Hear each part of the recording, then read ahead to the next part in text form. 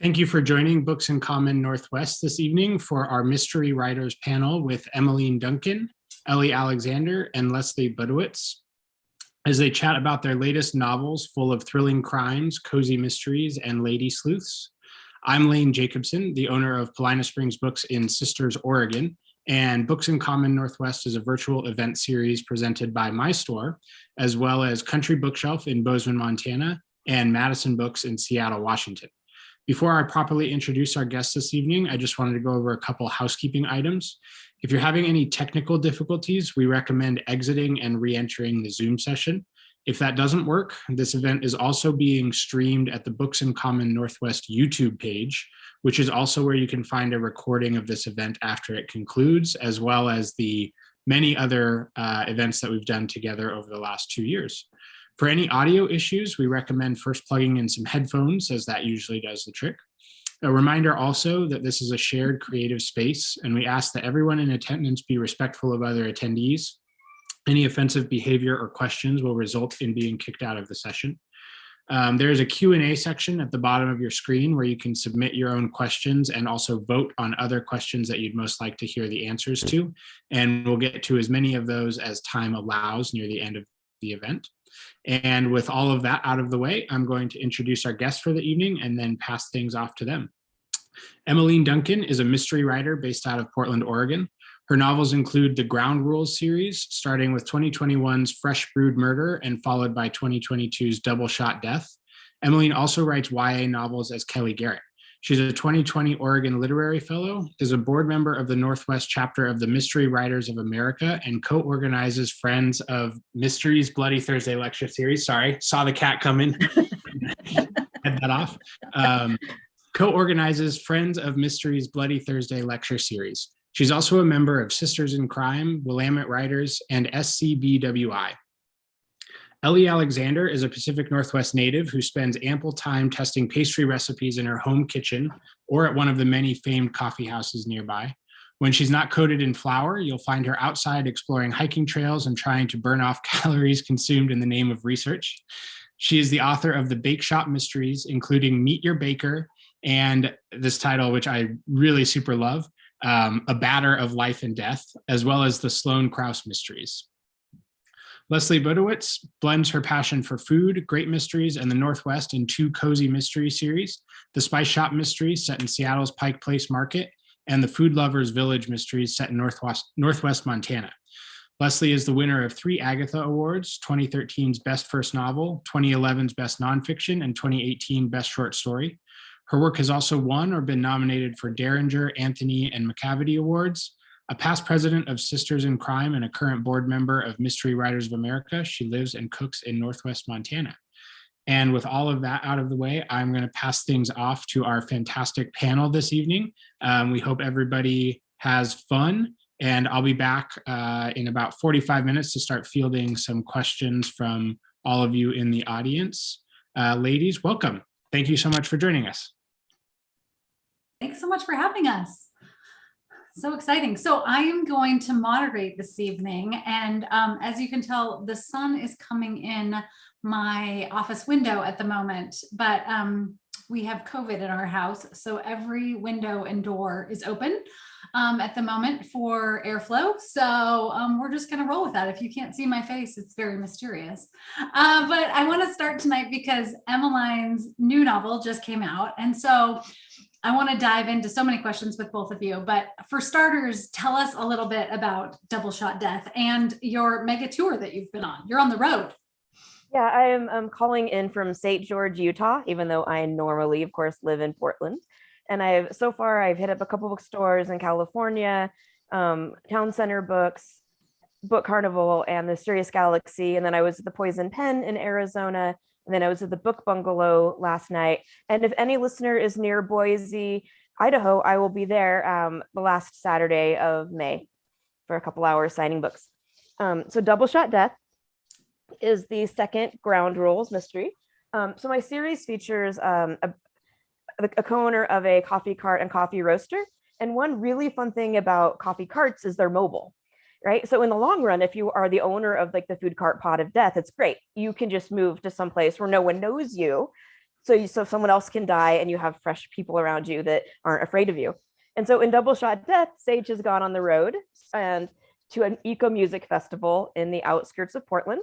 As the coffee vendor, she's the first one up every morning. And so of course she's the one that stumbles across the body of a local music manager dead in the woods holding one of her coffee cups. And it's a cozy. She's going to solve the mystery and bring justice to the world. Of course, as we do. A double shot of justice. Oh, there it is. I read the book. I know what happened. It's so fun. It so perfectly captures Portland too, and the food cart scene and the whole vibe. And I always think it's interesting because we all have done panels together before.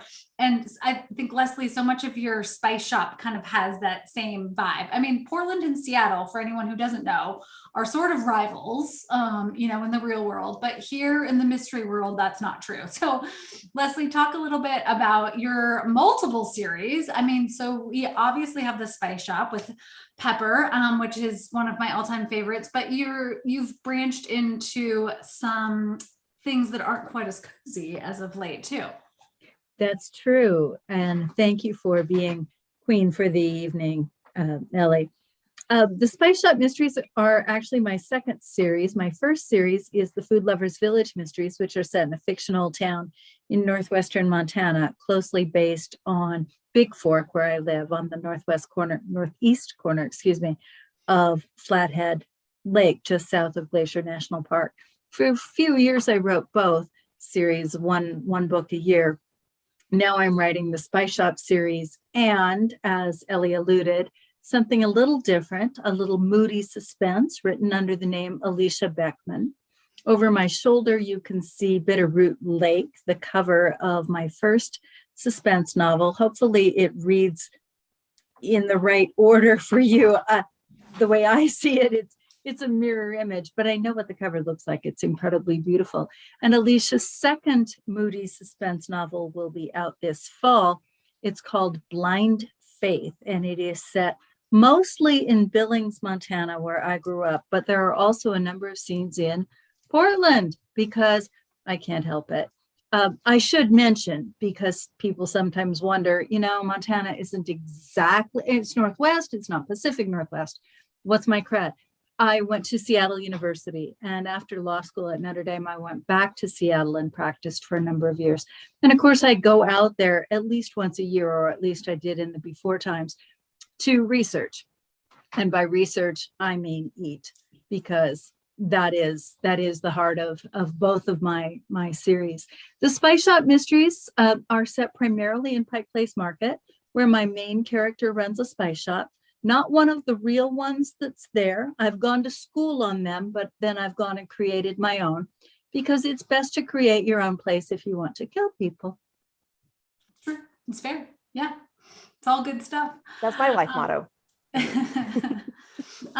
So I thought tonight we would kind of shake it up, because we know that Emmeline has been on the road and we've done events together before. And so my questions might be heavy hitting.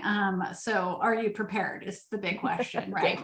Okay. We're not just going to do the whole, like, how do you write? Not that those aren't fun, and readers, you can ask us anything you want tonight, but we're going to dive a little deeper into what makes us mystery mavens.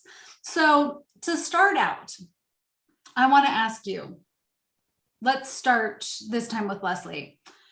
You are in Pike's Place Market. You're on a research trip. You've got a nice chai tea in hand. It's early morning. You want to get there to take notes before the market is busy. And lo and behold, you stumble upon a body. What kind of sleuth are you going to be in real life? What do you do? Well, I'm a sensible woman, and so the first thing I do is pull out my phone and I call 911 and ask the police to get involved. But of course, our characters don't do that. They call on their own expertise, their own knowledge of their surroundings, of their community, of the people who are in trouble, the people who are suspected, and of course, are dearly departed, to figure, or not so dearly departed, to figure out what might have gone on. And if I'm going to ignore the real world in which I, as a lawyer, am pretty much required to cooperate with the legal system, if we're going to ignore that for a few minutes, what I would probably do is ask everyone who is nearby to stay put. And then I would ask my sweet honey, who would be standing next to me on this research trip, to take out his phone or his notebook and find out who's there so that the killer doesn't sneak away. I would also take some pictures of all those people so that I could figure out later who might be there. Of course, the heart of any mystery is our victim, the person we are most concerned about. We want to know who this person is and who might have taken out their anxieties or their antagonism on this person. And so I would want to know, who is this person laying in the middle of First Avenue and Pike, or in front of the Rachel the Brass Pig, one of my favorite monuments in the market. That's where I would start. Yeah. Yeah, you're gonna put that law school training to work. Emmeline, how about you? You're in Portland, you're sampling food carts. You get a delicious oat milk latte, and then you look to the side and here's a body. What kind of sleuth are you in real life? Well, I would first probably make sure that it's not, if it's in the middle of Portland, that it's not someone napping there on purpose, because that actually has happened a few times where there is someone laying down in what you would think would be a very awkward place of sidewalk, and maybe they're on some sort of substance, And so I might ask, like, the food cart next to me, like, is this someone you recognize? And might take a look and see, is it clearly someone that needs medical help? Might see if it's someone that the people around already know, right? Like, oh, that's the guy that comes and naps next to our cart every day. But if it's clearly that it was someone that needed help, or they were clearly, dead, I would definitely, my first thing would be to call 911. I don't think that, even though as much fun it'd be to pretend that I would be the cozy sleuth who would solve the crime, I would pretty much be like, 911. I would probably remember what my friend that's a police officer told me about how they secure a crime scene. And I would probably kind of mentally log a few things to tell the police officers when they showed up. But yeah, I definitely would not be like, oh, great, this is the chance I've waited for my whole life. I'm going to solve a mystery. So practical. I feel like I would panic. I don't think I would enjoy it at all. And when I get really nervous, I tend to laugh, like in situations that don't seem like you should be laughing at. So I feel like I would get really giggly, and people would think like, whoa, what is wrong with you? They would probably think you were the killer. Well, I mean, I think they would think we are all the killer, right? We have way too much information at our fingertips. And we show up next to these bodies way too often. I was laughing when Emmeline mentioned the person sleeping next to the cart. I was thinking, yeah, they really need that double shot. Of coffee. Let's talk about like the guts of writing a little bit. In terms of, I know for all of us, when we're working on a book, the first iteration of what we might come up with is not always what ends up on the shelf. So Emmeline, I'll toss this to you first. Can you think of anything significant, like a way that your first draft has changed from what readers are going to find when they pick up Double Shot Death on the shelves? I think I'd rather answer that with Fresh Brewed Murder, the first in the series. Yeah, we can talk series for sure. The first version I wrote, I got about 30,000 words in, and I actually shared it with my agent, and he hated it. And he had really good feedback, and he was right. I was trying to write it more of a soft-boiled. In the series, my character's mother is a very notorious grifter, and I tried to use a little bit more of that initially. And I actually scrapped the entire first 30,000 words. And then I wrote a new version, which he read, and he had a few issues with, but he liked more. But one thing was, I actually did have a subplot with some people that were friends of my character's mom, trying to sort of blackmail her into helping them. And she turns the tables on them. And my agent asked, like, do you really think this feels like one book? What happens if you take this little side plot out? I took it out, and it changed literally nothing about the book, and it stayed out. Huh. So were you sad about that, or were you like, oh, it makes total sense? I mean, it was a little bit sad, and I have some ideas of how I want to bring it to be a major plot line, hopefully in book 4. But at the same time, it worked better as a book without it. And why have, only like a 7,000 word subplot that doesn't actually move the main story along and doesn't shed, light into something significant about the main story or a major subplot. Right. And you And could honestly- certainly bring that back in a future book, because I have a suspicion that we will meet Sage's mother at some point in the future, and it will not necessarily be a pretty occasion. It will probably not be a fun family reunion. And yeah, and like you said, and I think that's one thing with, as a writer, when you do take like an entire subplot out of a book, that doesn't mean that it's gone forever, right? That just means you have some research and you have some materials for the future. Like I know someone that took an entire act subplot from her book and turned it into an entirely different novel that came out. So that's so great. Yeah. And I think it's that idea for aspiring writers or new writers that we have to kill our darlings sometimes. Leslie, how about you? You have a breadth of books to choose from. So can you think of a time where, what happened in your first draft of something completely changed or significantly changed? So when I was writing Crime Rib, which is Murder at a Steak Grill-Off, it's the second Food Lovers Village mystery, I was absolutely certain I knew who the killer was. I wrote most of, I do outline or plan, and I was sure that I knew who the killer was. And I was well into the first draft when I realized that I was wrong, that my killer's motivation would not, the person I thought was the killer would not kill to get what he wanted.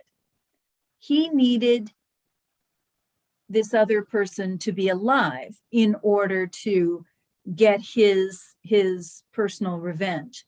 And yet the man was dead. And so what was I going to do? Well, what I did was look around in the novel and see who else was on screen who had a motive. And it turned out that my killer was there all along. And I didn't have to do a whole lot to bring that person to the forefront. I wasn't quite at the end of the book, probably about 2/3 of the way through. And so the final climactic scene had not been written, but it was really easy to, when I wrote that, go back in and plant a few clues that pointed at the right person. Now, I don't want to let that other person off the hook. He was not a nice man, but he was also not a double killer. Cherry's saying, Leslie, I cannot believe you changed the killer. I know, she did. But it was all because of the motive. Right. We need to be true to the psychological needs of the characters. And with that particular person, and I'm being vague for those who haven't read the Food Lovers Village mysteries, I knew the reasons that this person wanted revenge on our victim. And they were rooted in something that I had witnessed, something that had actually happened, a conflict between two men. And I knew that he wouldn't kill, but I just hadn't really thought it all the way through, because of course you can't. You think you're thinking it all the way through, and then you get to that point and realize, oh, that wouldn't have gotten him what he really wanted. And that's what a plot is. It's a person who wants something, someone else who stands in front of it, what they do in response, times a whole bunch of different characters. Kind of this triple or quadruple braided thing. So that can sometimes be kind of confusing even to those of us who are making it up. It's such a good point. Okay, I'm curious to know, this is more of a career question for both of you, but can you think of any risks that you've taken in your writing that have ended up paying off?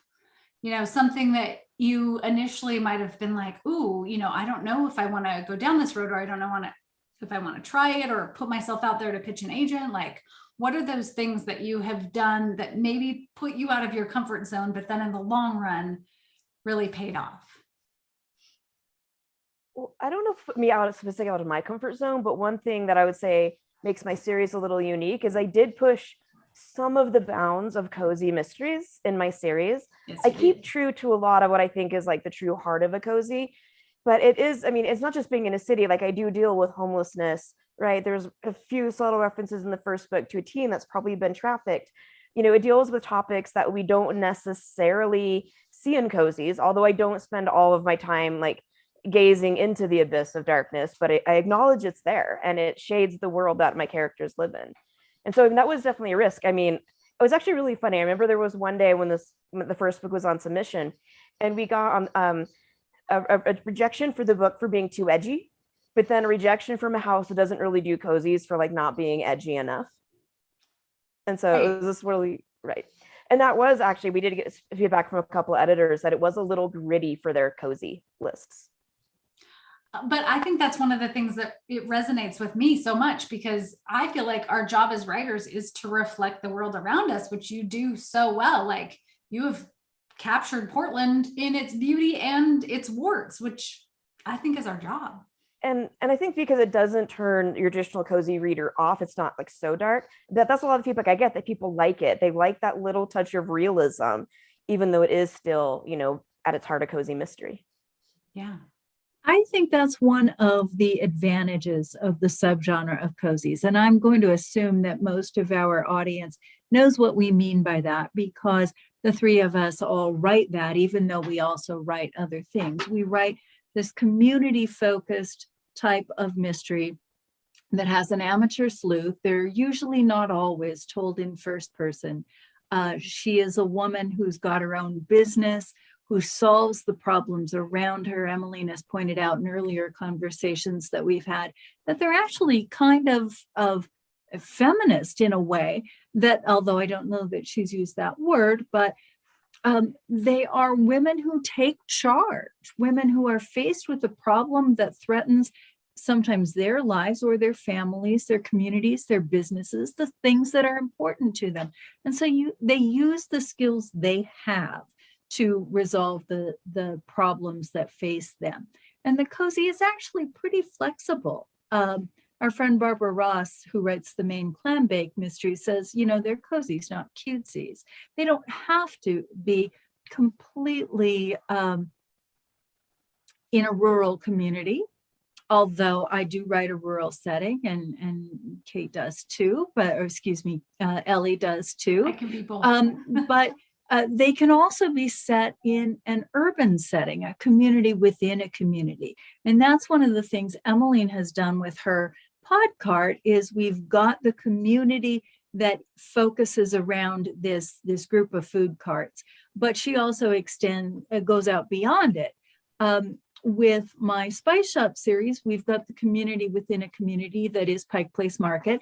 And yet my main character, Pepper, has to leave the market on occasion. Usually when our characters leave their home base, it's on a business-related venture, or it's something related to the crime, so they're not going too far afield. I think the cozy is so wonderful in part because it does have that flexibility, and it gives us quite a wide range, wider than it is sometimes given credit for, I think. I think that's such You a valid have done point. that beautifully, Ellie, with Sloane, who is not your typical cozy character. She doesn't come from this perfectly wonderful, cozy, comfy family background. She is a little edgier too, even though she's in a smaller community. Absolutely. Yeah. And I think that's one of the things, you know, that I think all three of our writing style kind of resonates with, because you kind of take the box of the formula and then you think, like, how am I going to work within that? I have to tell you that Sue says she's very okay with pushing the boundaries of cozy. She likes the realistic elements as well as the humor, and humor is always a great part.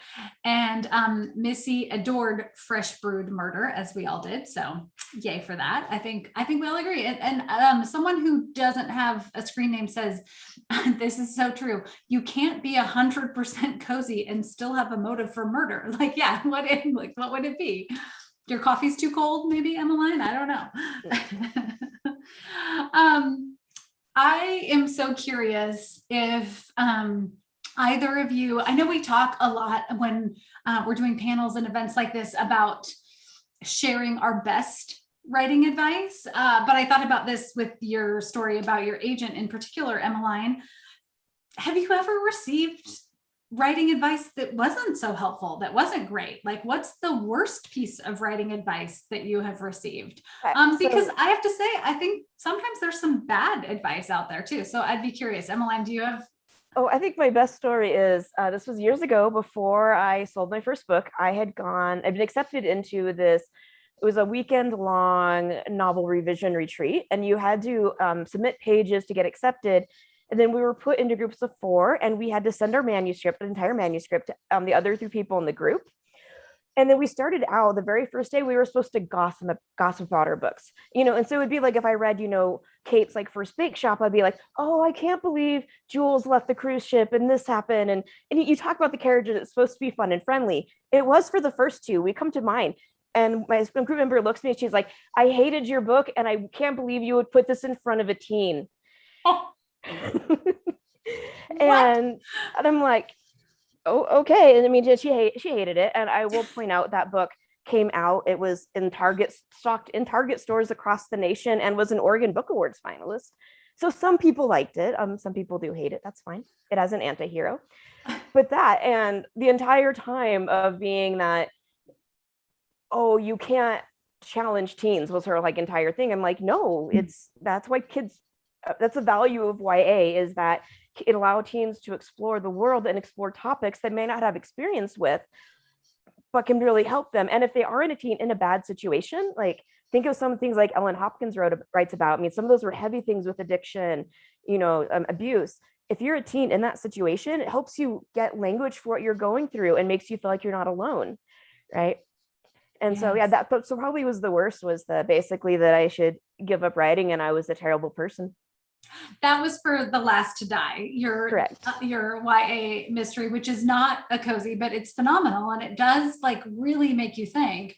I'm so glad that you didn't listen to that advice. I think it's hard when we're starting out to not like then internalize that somehow. So good for you. How about you, Leslie? Have you ever gotten terrible advice? I can't think of an example, but I'm sure that later this evening I will.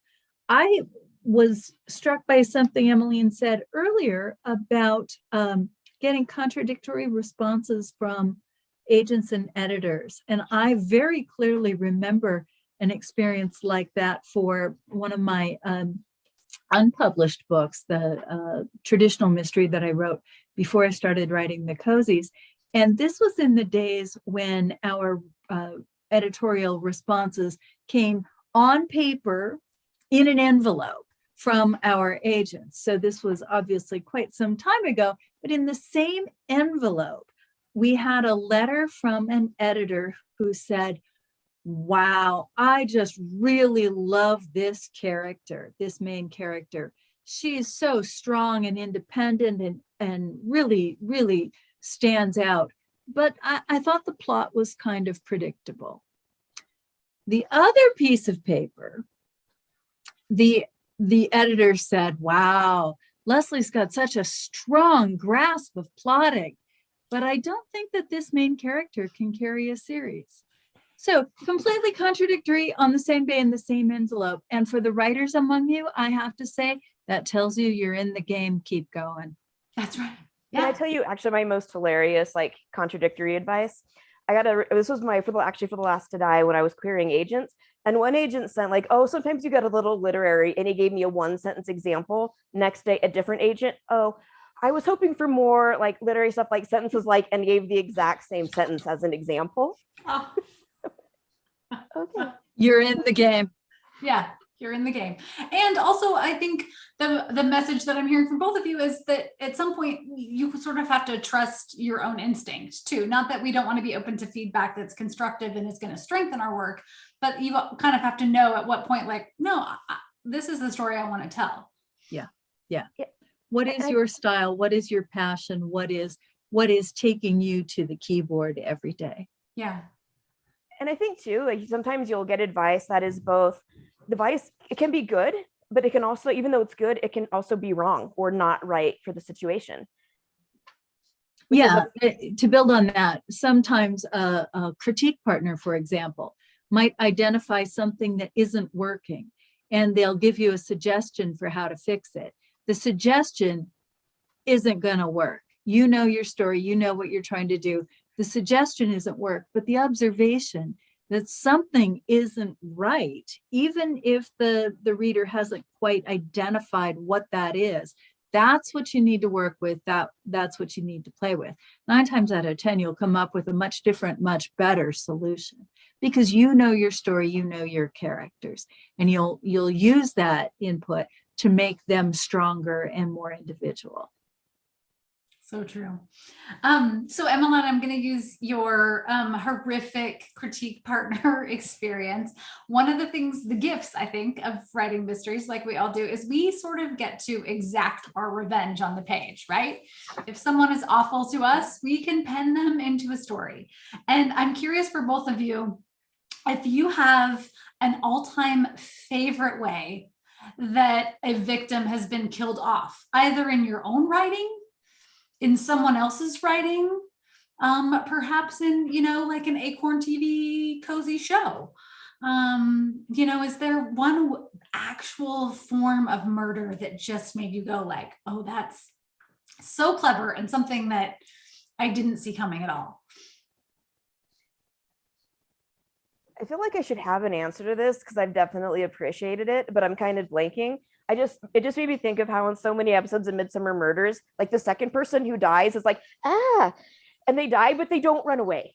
Right. They just stand there and they're like, oh no. And that's like my worst way is, that sort of like, no, at least try to get away from the person that's going to kill you. Pretend, fake it.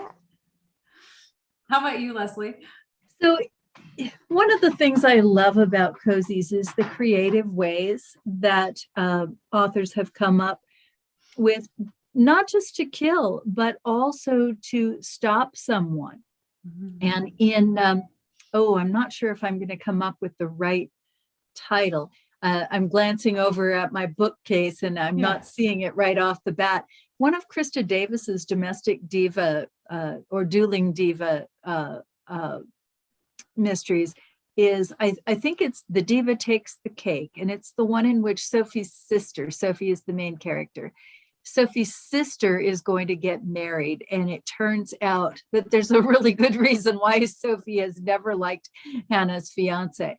And the arch rival of Sophie, who is also a diva in the domestic sphere, and both these women have TV shows and columns, lives across the street. And she happens to come in the house and she sees this confrontation happening.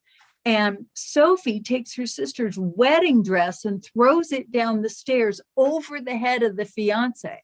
And Natasha picks up this topiary that happens to be sitting at the bottom of the stairs and smacks the man in the head with the topiary. And I just love both of that. These two women who cannot stand each other both work together to stop this bad guy and keep him from getting away with the things that are right at hand. Some readers, particularly writers of the male persuasion who think that our books aren't realistic enough, want to see guns and other such things. And I think if I were a cop, I'd be so happy if somebody stopped a killer by throwing a wedding dress over his head rather than shooting him. It's a lot less paperwork. Totally. I can't remember the actual method of murder, but one of my favorite murder setups, I would say, on a TV show. Well, so generally Death in Paradise has fantastic, they're basically locked room, murders like all over, like in different ways. But the one where there's basically 3 people in the room, they're all running for the same political office on the island. And they're like 2 volunteers. And one of them dies by himself in a voting booth. Brilliant. And like so challenging. Like, why are we doing that to ourselves as writers? Now you got to figure that out. I will also say the season 1 finale of Death in Paradise is the most shocking thing ever. And I won't give away any spoilers because it's a big one. Or no, it must be the start of season 2. It's the first episode of season 2, right? Yeah. We know what we're talking about here. Mm-hmm. What's amazing about that is the pilot is also an absolutely phenomenal. If you go when you've never seen Death in Paradise, that is quite possibly the best pilot ever written. I agree. So good. So clever. Valerie loves Death in Paradise. How can you not? It's so good. So good. Judy says, Aaron Murphy and crew is one of my favorites. One lures small town Montana where I've never been. Very much enjoyed Bitterroot Lake. Yay. Wow. I am curious, thinking of like, you know, our sleuths kind of always take center stage, but if you're looking at your series kind of more broadly, who is the one character, I'll start with you, Emmeline, who you want to go get, you know, a fancy coffee cart drink with, and why? Probably Sage's older brother, Jackson. He's definitely a favorite. He's kind of grumpy, but he has a good heart. And one thing I've tried to play around with is a lot of Sage's actions and reactions in the book is a result of her childhood, but it's the same for her older brother. He's reacting to a lot of the same things, but in a very different way. And I think he would just be really fun to get like a drink with, because he'd be sarcastic and funny, you know, but he would know like the lines, like he wouldn't ever be like he would never be like mean or a bully. Like he's too compassionate for that, even though acts a little grumpy. And what would they drink? He would be like probably like pour overs, pretty straightforward, you know, doesn't necessarily go for anything that's fancy or flashy, just about quality. Straight up coffee. Straight up coffee. How about you, Leslie? So if I were going to go hang out with one of the characters from one of my cozies, it would have to be Sandra Panella from the Spice Shop Mysteries. She is the assistant manager. She was at the Spice Shop before Pepper bought it. She's not actually all that sure about this woman because Pepper has no experience in retail and no experience of the food space. And here she buys the Spice Shop, and Sandra is just not convinced. And here's where I tell you that Sandra is almost 100% real. She is based on one of my dearest friends, a woman named Sandra, whom I met when I was 16 and we worked at Walden Books in Billings. I did not grow up in a food family, but Sandra did. And she taught me a lot, and she continues to teach me a lot.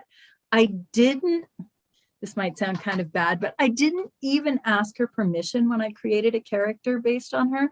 I just sent her a copy of A Salt and Pepper, and she howled with laughter. And now I just send her a copy of every book, and she just loves it. She was particularly happy in the solace of bay leaves to get to be a spice spy. Pepper and Sandra and another character named, Cayenne, are trying to figure out what to do about a chef they think has copied a spice blend they created for another chef. And the chef they created it for is really unhappy with this. They've got to figure out what in fact happened. Was there a theft? Is the guy just really a better spice detector than he is cook and figured out what was in it? They can't imagine that he could have.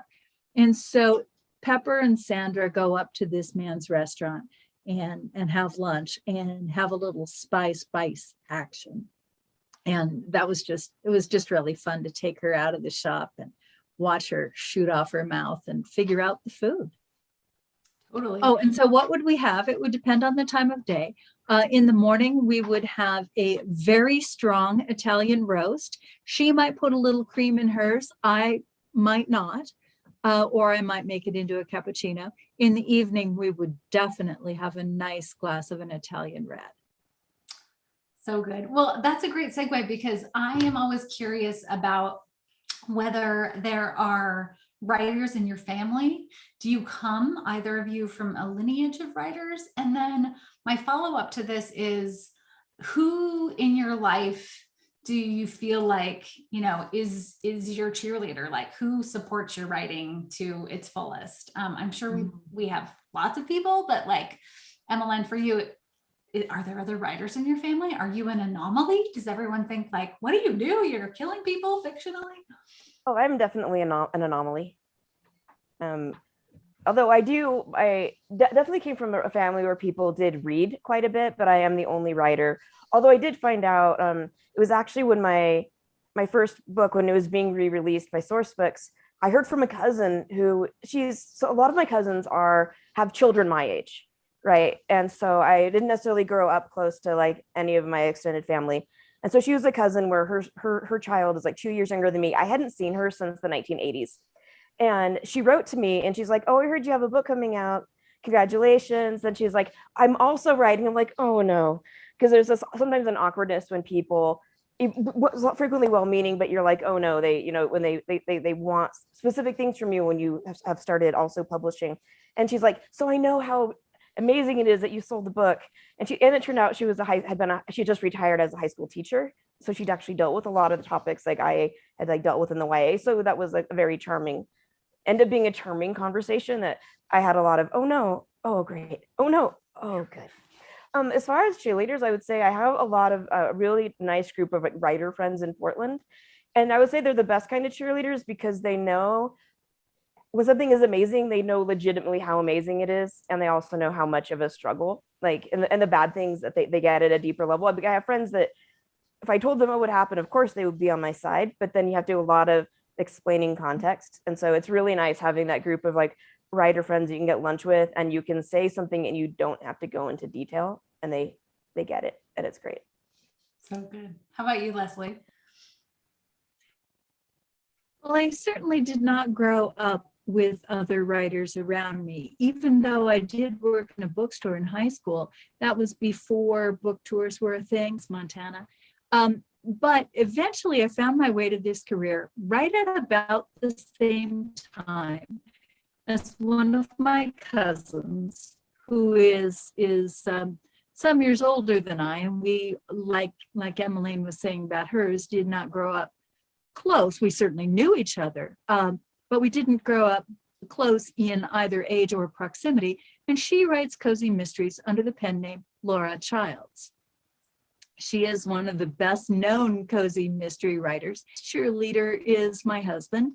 My other best cheerleader was my late mother, who she read everything I wrote, and she read a lot, but she wasn't much of a literary thinker or analyst, but she was just always a very quiet, supportive person. And she did not get to know that she is the source of my pen name, Alicia Beckman, because my mother's name was Alice. My father called her Alicia, and her grandparents were the Beckmans. So that's the name I use for suspense. My publishers asked me to use a different name so that we wouldn't be confusing the reader. It's not like my suspense is it's not slasher fiction or anything. It's just a little moodier, a little darker, as you can see by the book covers behind me. And it's a real delight to be able to think of her and of my Beckman great grandparents when I write as Alicia. Yeah, so nice. I know we're going to be opening it up for questions in a minute, but I have two more that I want to ask you both. We all read a lot. We are all readers ourselves. We read a lot of mysteries. I know myself, I read a lot out of genre too. And I'm curious if you have a novel that you feel like is underappreciated, but it's a novel that has just really resonated and stayed with you. And I'll start because then I'll give you a minute to think, because I know sometimes it's hard to like think of a book off the cuff if you don't have one in mind. But for me, it's I Capture the Castle by Dodie Smith, who also, if you can believe it, wrote 101 Dalmatians. And it's this beautiful coming of age story about this young woman in this castle in England, and it's her whole story. So it's one of my all-time favorites, and I think everyone should read it. And when I talk about it, no one has read it. So that's mine. I'm going to let Emmeline answer while I step over to my bookshelf. Yeah, right. That's a good question. Like, I don't know how this would rank on my all-time list, but two books that I found myself recommending recently are, well, one is the Rivers of London series. This is the most recent. I actually just picked it up. It's sort of like police procedural meets magic, and they're all set in London. And it has this, I really like the perspective of the main character. He'll be like in a chase scene, getting distracted by like architecture on a building. And being able to make that work and actually still be entertaining and like and compelling is very impressive. I also really like Simon R. Green's A Dark Side of the Road. And it's a series, the Ishmael Jones series. And it's if you took an English country house murder and tossed in like a science fiction and horror element, and maybe everyone is going to die horribly, or maybe no one will. Maybe Ooh. the answer will have a science fiction edge, or maybe it's just humans being bad. You never know. And that's what makes the series really fun. What's that one called again? I got it. Well, the first book is The Dark Side of the Road. Okay. And it's Simon R. Green. I'm taking a note. That sounds amazing. They both do. How about, So the book I wanted to mention is called Calico Bush by Rachel Fields. And the reason it stands out for me is that it might be the first book that I saw in a bookstore and asked my mother for permission to buy. Mm. It was probably 1968 or 9. I was maybe 10. It was published in 1933, and it is either a Newbery or a Caldecott winner. Rachel Field wrote quite a lot for what we now call young adults. That term wasn't really in use back then. It is set in 1743 off the coast of Maine on Desiree Island, or Mount Desert it's called. And Maggie is a 12-year-old girl who has been orphaned on board a ship on her way from France to the New World. And she's orphaned in Boston, and people have to figure out what to do with her. And they bind her out. She's a bound out girl, meaning that she is committed to be a servant for this young family who are pioneers on the Maine coast in 1743. And it's a coming of age novel, but it introduced me to a part of the country I had never thought about, to an experience I had not known anything about. And it's just your really gentle, classic, loving portrayal of a young girl coming into her own. It's called Calico Bush by Rachel Field. I see that Lane has put the link up in the chat. It is still in print 90 years later, and I give it to young girls every chance I get. I love that. Yeah. We have to spread the book love that way. Okay. And then my last question before we open it up for reader questions is what's next? What's happening in your beautiful mystery maven heads? What's plotting? What's coming? Well, for me, the third book in the Ground Rule series will be out next spring. It'll be Flat White Fatality. Yes. Is it back in Portland after our visit to the farm? Is Sage back in Portland for this next book? She is back in Portland. The next book will take place around her roastery and the building her roastery is based in. So there's a video game development studio next door that'll be part, along with a gym, actually, and a few little places right around their office. That sounds like fun. I just finished Double Shot Death, and that's why I'm asking, because at Double Shot Death, we go outside Portland to a music festival at a farm. And of course, we've all been to festivals like that, and they're great fun. And it was really fun to go there with her, since it's been kind of a cold, wet spring, and we all want to be out in that sort of world. What's next for me is Peppermint Barked, which is the 6th Spice Shop mystery. It is Murder in the Market, and Pepper investigates when a young woman is found brutally assaulted in her best friend Vinny's wine shop on the busiest shopping day of the Christmas season. That will be out in July. And then we have, and this is smaller, it's kind of hard to see, Blind Faith by Alicia Beckman. That will be out in October. And let's see, I don't have the nickel version in my head yet. 2 women whose paths crossed as teenagers in Montana discover that they hold the keys to a long unsolved mystery that may change, that threatens their lives and changes everything they thought they knew about themselves.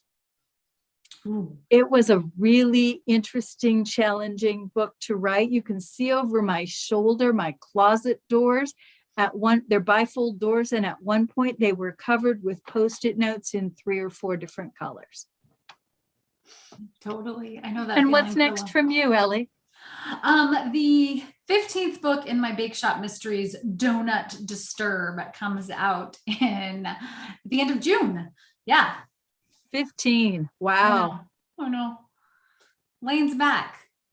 I'm back. Thank you so much for this conversation. It's been such a joy to listen to you all talk about this stuff. We do have a couple audience questions, and I have a question or two of my own that I think we have time to get to. And if at any point any of you three have anything that you wanted to touch on that wasn't talked about or anything like that, just say so and or ask your own questions. And if people in the audience have anything that they would like, have any questions that they would like to ask, you can do so at the there's a little Q&A button at the bottom of your screen, and you can type questions in there. So I have a question kind of related to something that you were talking about at the beginning of this, and that was like the thought exercise of if you found a body, how would you react?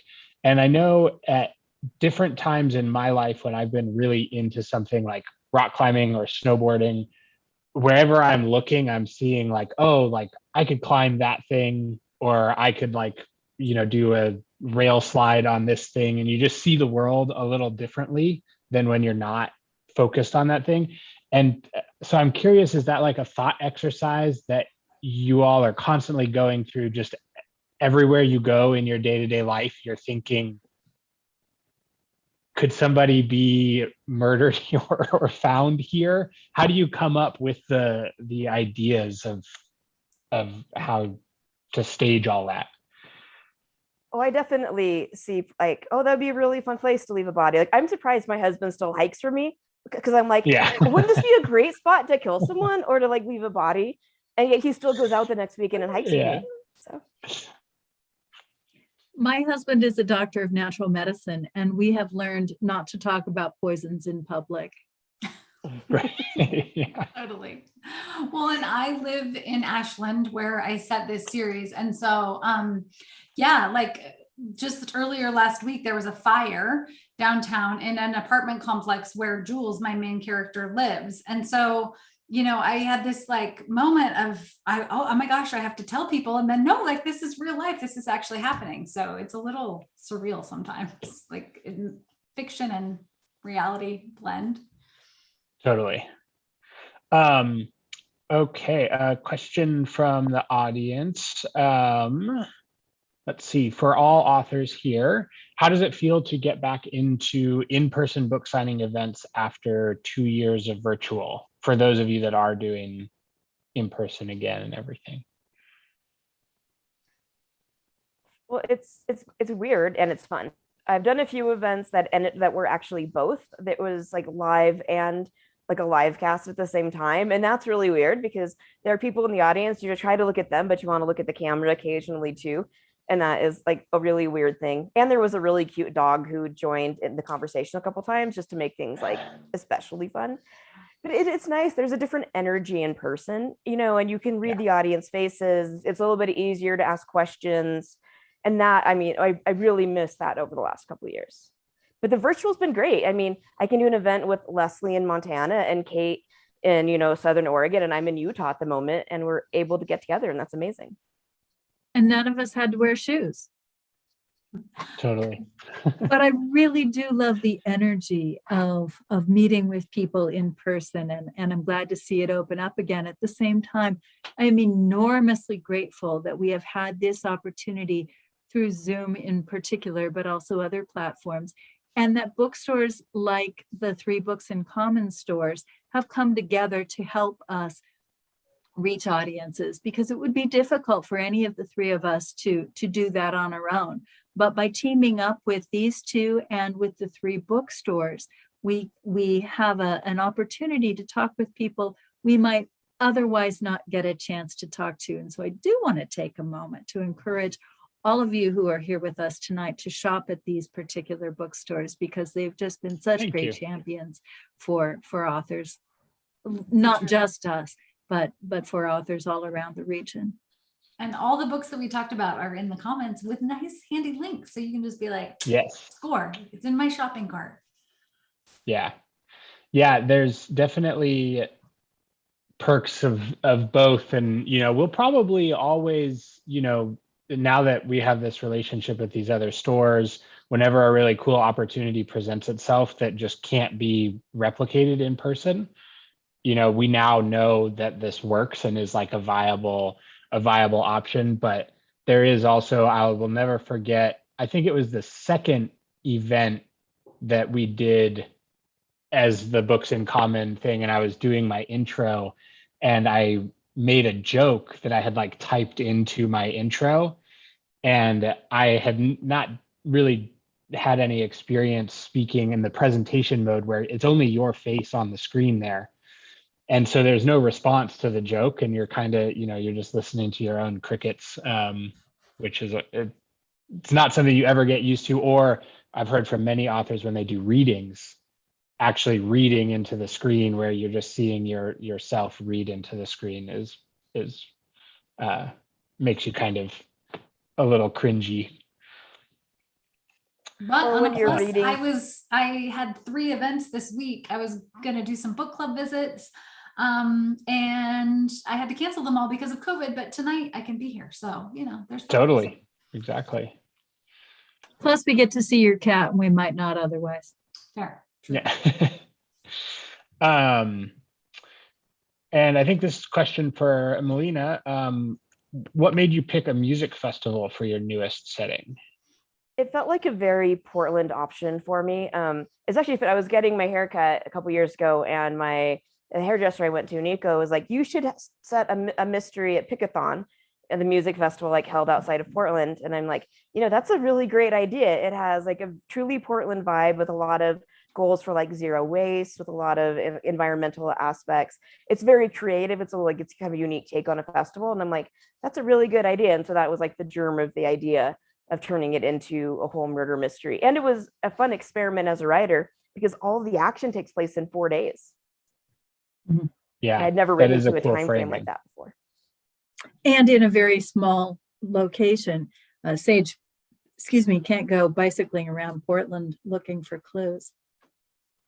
Right.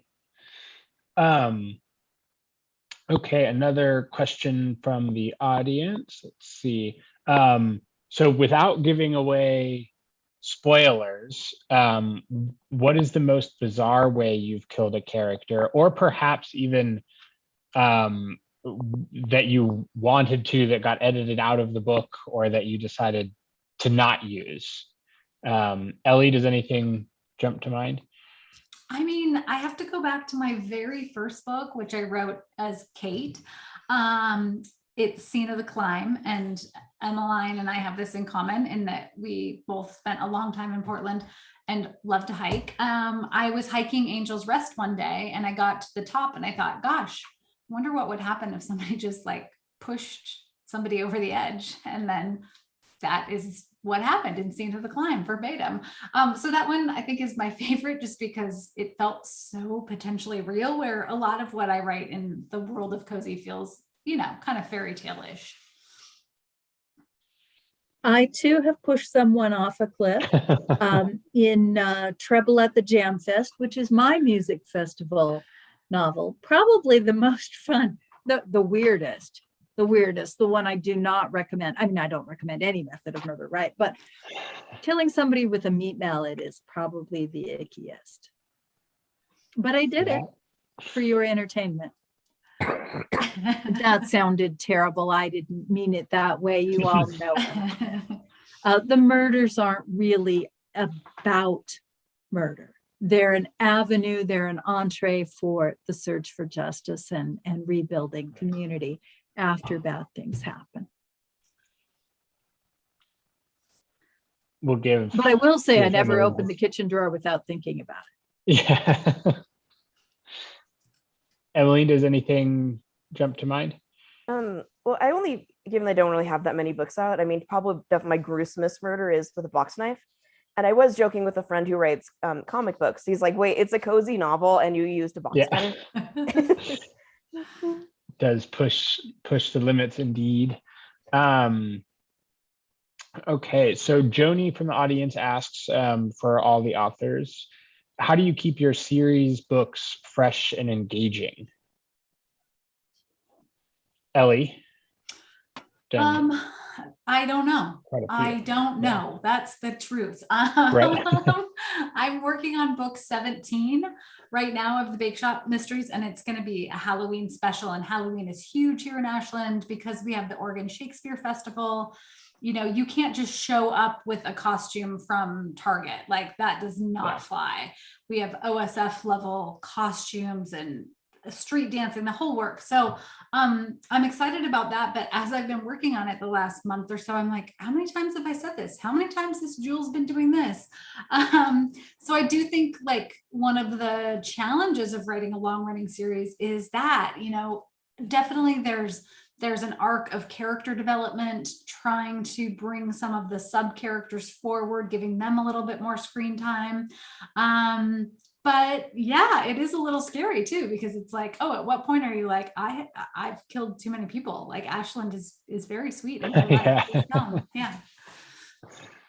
It's a really good question.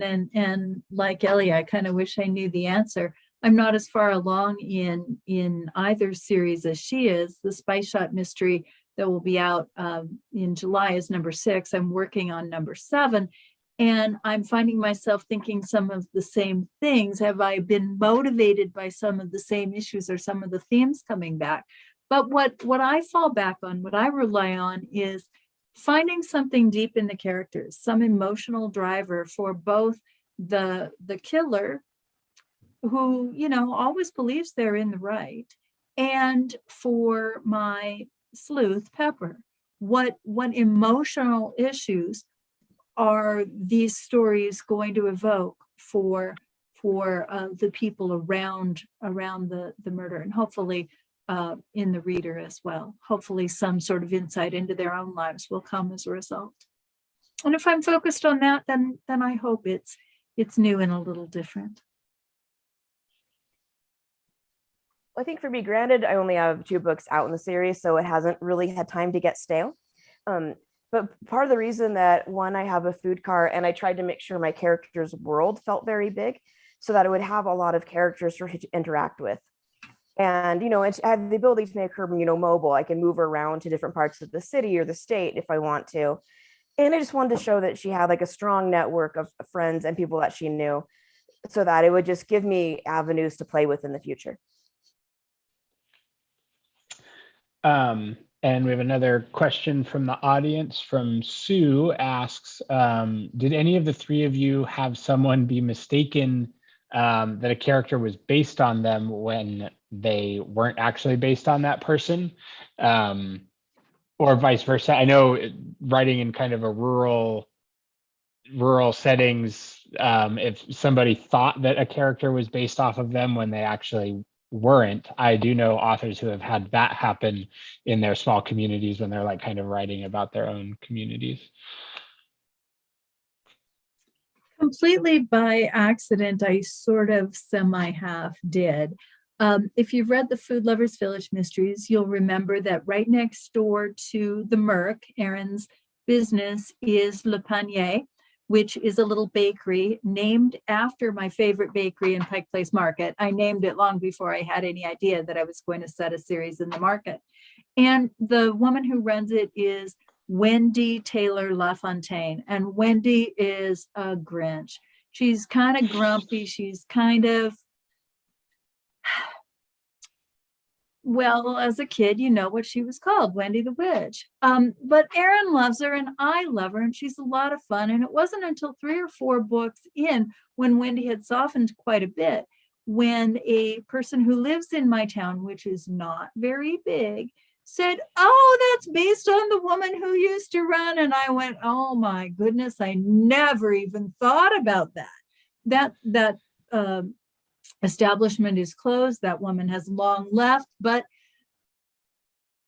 yeah, now that you point it out, but honestly, it never crossed my mind. They don't look anything alike. There's nothing else about them, except that maybe they're a little grumpy about what you do with their bread. Or you I ran them haven't- out of town. That's why they are. Yeah. Yeah, I ran her out of town. I missed the bread though. You know, I haven't had anyone ask me about my characters, but I do sometimes get messages and people ask me like, oh, is the rail yard, the food cart pod based off of this place? Or is like this bar in the book, is it based off of like this bar, like somewhere in town? And it's funny to me that my book feels authentically Portland enough that people find places that they assume Right. were the inspiration. And so far they haven't been, but that's been great. Like one bar, I'm like, really? That reminded you of my fictional bar? I have to go to there now. Yeah, that is Gotcha. a good achievement. Really, truly. Ellie? I mean, yeah, I would say the strangest thing that has happened is a little bit on those lines. I have a couple characters who I have based on real people, and that's the exacting revenge part of exploring our shadow side. But I wrote the second book in the Sloane Krause series that it's The Pint of No Return, and Oktoberfest is in Leavenworth. It's this giant event, tons of tourists, lots of beer consumption. And I was up there visiting and doing research. And I thought, gosh, you know, if the mayor or somebody wanted to cancel Oktoberfest, that would give me so many potential suspects because everyone would want the mayor to die. So I wrote this whole book about how the mayor makes Oktoberfest dry. He takes away like all alcohol, no booze. He cancels it basically. And everyone in town is a suspect.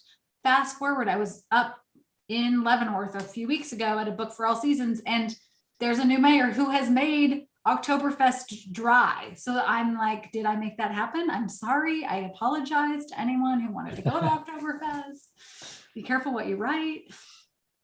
That's a small community too. I'm sure the gossip got around there as well. Yeah. Okay, we have time for one last question, and we have one last question from the audience. If you could bring back one character that you've killed off or written out, who would you and why? I I don't almost an have to answer. turn around and look at my books to figure it out. Yeah. Are there any characters that you particularly miss that you've had to say goodbye to?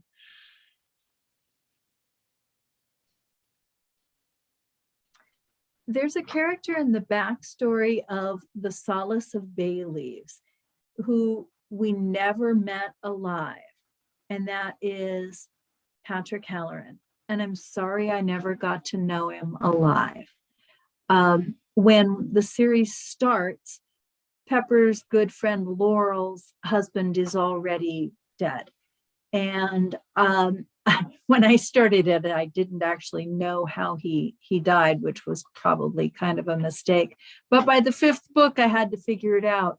And I did. And I really wished I'd gotten to meet him because he seems like he was a really lovely man, and I never got to meet him. I mean, I would say that for me, it is Juliet's father, who doesn't die a mysterious death. He just died in her youth, and that's not a spoiler. Like, we know that from book one. But I feel like, you know, he made such an impact on who she is as a person. And so actually in one of the books, in Nothing But Trouble, I did a whole flashback. And so it's written from his perspective. She finds these letters and journals. And I have never, like, I cried my way through writing this book because it was so like endearing to have her find this whole story about her father in her adulthood. So I guess like that's probably, like, I did bring him back, but I wish that he hadn't died, because I think he would have been a fascinating character to explore more. I don't really have any characters that I'm sad that they're gone, but I would hope when anyone reads my books that they realize there's more to the victim than maybe we initially think when they're found. And so hopefully as you get through the book and you see some of the onions of their character, like the onion metaphor, when you see some kind of layers peeled and you see that there's more to them than originally thought, hopefully it's always like, oh, it's sad that they died. Yeah. Okay, well, I think that we've gotten through all the questions from the audience. And I think we're about ready to wrap up for the evening. As has been noted, there are plenty of links in the chat here to check out many of the books that were mentioned this evening. And again, it has been such a joy to listen to you all talk about your craft and everything that you all have been up to and are writing. And just a huge thank you for joining us. I'm so glad that we could finally get this together. I know we've been trying for a little while, and the wonders of Zoom. Thank you for having us.